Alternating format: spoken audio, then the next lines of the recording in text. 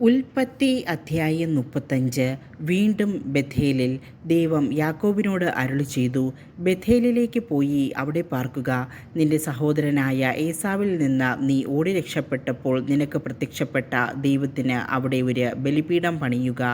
അതുകൊണ്ട് യാക്കോബ് തൻ്റെ കുടുംബാംഗങ്ങളോടും കൂടെയുണ്ടായിരുന്ന എല്ലാവരോടുമായി പറഞ്ഞു, നിങ്ങളുടെ പക്കലുള്ള അന്യദൈവന്മാരെ ദൂരെ കളയുക. എല്ലാവരും ശുദ്ധി വരുത്തി വസ്ത്രങ്ങൾ മാറുക. നമുക്ക് ബേഥേലിലേക്ക് പോകാം. എൻ്റെ കഷ്ടപ്പാടിൽ എൻ്റെ പ്രാർത്ഥന ചെവിക്കൊണ്ടവനും ഞാൻ പോയിടത്തെല്ലാം എൻ്റെ കൂടെ ഉണ്ടായിരുന്നവനുമായ ദൈവത്തിന് ഞാൻ അവിടെ ഒരു ബലിപീഠം പണിയും. തങ്ങളുടെ കൈവശമുണ്ടായിരുന്ന അന്യദൈവ വിഗ്രഹങ്ങളും തങ്ങളുടെ കർണാഭരണങ്ങളും അവർ യാക്കോബിനെ ഏൽപ്പിച്ചു. അവൻ ഷെക്കേമിന് അടുത്തുള്ള ഓക്കുമരത്തിൻ്റെ ചുവട്ടിൽ അവ കുഴിച്ചുമൂടി. അവർക്ക് ചുറ്റുമുള്ള നഗരങ്ങളിലെല്ലാം ദൈവഭീതിയുണ്ടായി. അതുകൊണ്ട് അവർ യാത്ര ചെയ്തപ്പോൾ ആരും യാക്കോബിൻ്റെ മക്കളെ പീഡിപ്പിച്ചില്ല. യാക്കോബും കൂടെയുണ്ടായിരുന്നവരും കാനാൻ ദേശത്ത് ബേഥേൽ, അതായത് ലൂസ് എന്ന സ്ഥലത്ത് എത്തിച്ചേർന്നു. അവിടെ അവനൊരു ബലിപീഠം പണിയുകയും ആ സ്ഥലത്തിന് ഏൽ ബേഥേൽ എന്ന് പേരിടുകയും ചെയ്തു. കാരണം സ്വന്തം സഹോദരനിൽ നിന്ന് ഒളിച്ചോടിയപ്പോൾ അവിടെ വെച്ചാണ് ദൈവം അവന് പ്രത്യക്ഷപ്പെട്ടത്. റിബേക്കായുടെ പരിചാരികയായ ദെബോറ മരണമടഞ്ഞു. ബേഥേലിൻ്റെ താഴ്വരയിൽ ഒരു ഓക്കുമരത്തിൻ്റെ കീഴെ അവളെ അടക്കി. അതിന് അല്ലോൺ ബാക്കൂത്ത് എന്ന പേരുണ്ടായി. പാദാൻ ആരാമിൽ നിന്ന് പോന്നപ്പോൾ ദൈവം യാക്കോബിന് വീണ്ടും പ്രത്യക്ഷപ്പെട്ട് അവനെ അനുഗ്രഹിച്ചു. ദൈവം അവനോട് അരുളിച്ചെയ്തു, യാക്കോബ് എന്നാണ് നിന്റെ പേര്. എന്നാൽ ഇനിമേലിൽ യാക്കോബ് എന്നല്ല, ഇസ്രായേൽ എന്നായിരിക്കും നീ വിളിക്കപ്പെടുക. അതിനാൽ അവൻ ഇസ്രായേൽ എന്ന് വിളിക്കപ്പെട്ടു. ദൈവം അവനോട് വീണ്ടും അരുളിച്ചെയ്തു, ഞാൻ സർവശക്തനായ ദൈവമാണ്. നീ സന്താനപുഷ്ടിയുണ്ടായി പെരുകുക. ജനതയും ജനതയുടെ ഗണങ്ങളും നിന്നിൽ നിന്ന് ഉത്ഭവിക്കും. രാജാക്കന്മാരും നിന്നിൽ നിന്ന് ജന്മമെടുക്കും. അബ്രാഹത്തിനും ഇസഹാക്കിനും ഞാൻ നൽകിയ നാട് നിനക്കും നിന്റെ സന്താന പരമ്പരകൾക്കും ഞാൻ നൽകും. അനന്തരം ദൈവം അവനെ വിട്ടുപോയി. അവിടുന്ന് തന്നോട് സംസാരിച്ച സ്ഥലത്ത് യാക്കോബ് കല്ലുകൊണ്ട് ഒരു സ്തംഭമുയർത്തി അതിന്മേൽ ഒരു പാനീയ ബലിയർപ്പിച്ച് എണ്ണ പകർന്നു.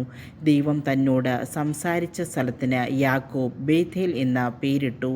ബേഥേലിൽ നിന്ന് അവർ യാത്ര തുടർന്നു. എഫ്രാത്തായിൽ എത്തുന്നതിന് കുറച്ചു മുൻപ് റാഹേലിന് പ്രസവവേദന തുടങ്ങി. പ്രസവക്ലേശം കഠിനമായപ്പോൾ സൂതികർമ്മിണി അവളോട് പറഞ്ഞു, പേടിക്കേണ്ട, നിനക്ക് ഇപ്രാവശ്യവും ഒരു പുത്രനെ ലഭിക്കും. എന്നാൽ അവൾ മരിക്കുകയായിരുന്നു. ജീവൻ വേർപെടുന്ന സമയത്ത് അവൾ അവനെ ബനോനി എന്ന് പേർ വിളിച്ചു. പക്ഷേ അവൻ്റെ പിതാവ് അവന് ബെഞ്ചമിൻ എന്നാണ് പേരിട്ടത്. റാഹേൽ മരിച്ചു. ബെത്ലഹേം എന്നറിയപ്പെടുന്ന എഫ്രാത്തായിലേക്കുള്ള വഴിയിൽ അവളെ അടക്കി. അവളുടെ കല്ലറയിൽ യാക്കോബ് ഒരു സ്തംഭം നാട്ടി. ഇന്നും അത് റാഹേലിൻ്റെ കല്ലറയിലെ സ്മാരക സ്തംഭമായി നിൽക്കുന്നു. ഇസ്രായേൽ യാത്ര തുടർന്ന് ഏദേർ ഗോപുരത്തിന് അപ്പുറം കൂടാരമടിച്ചു.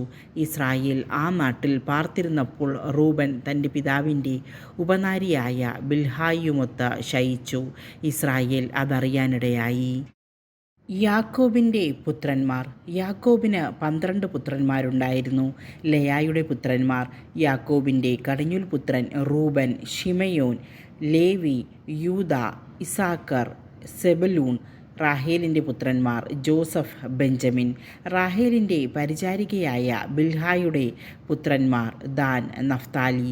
ലെയായുടെ പരിചാരികയായ സിൽഫായുടെ പുത്രന്മാർ: ഗാദ്, ആശേർ.